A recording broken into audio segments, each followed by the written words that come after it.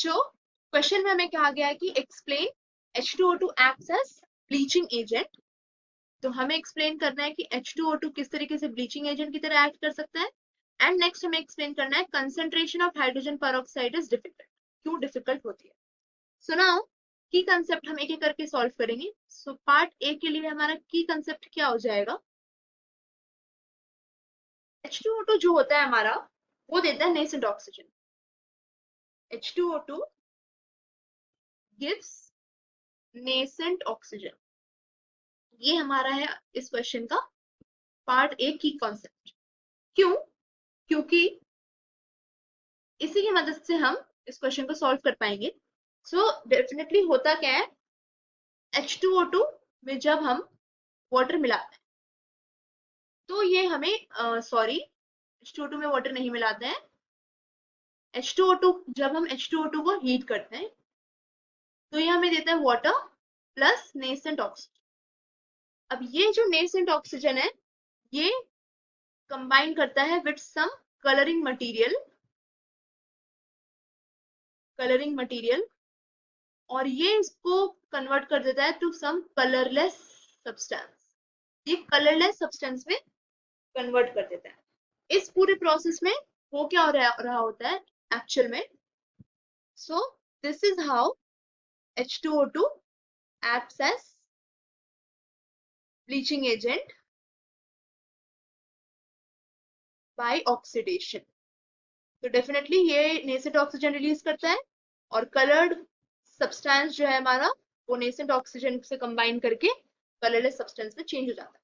This is the reason it acts bleaching agent. Next part of the question is concentration of hydrogen peroxide is difficult. तो यहाँ पे क्या होता है की कंसेप्ट सबसे पहले हम लिखेंगे पार्ट बी का। इस पार्ट का की कंसेप्ट क्या है कि H2O2 decomposes easily on heating। तो जब हम H2O2 को हीट करते हैं तो ये काफी इजीली डिकम्पोज हो जाता है। What happens actually is we have H2O2 and when we'll heat it, it will convert to H2O. Okay, we can also write the balanced equation plus O2। तो ये वाटर एंड ऑक्सीजन में बहुत easily decompose हो जाता है और जो भी मेटेलिक आयंस, और इस प्रोसेस को कैटलाइज भी होता है ये प्रोसेस, द एक्सप्लोसिव डिकम्पोजिशन।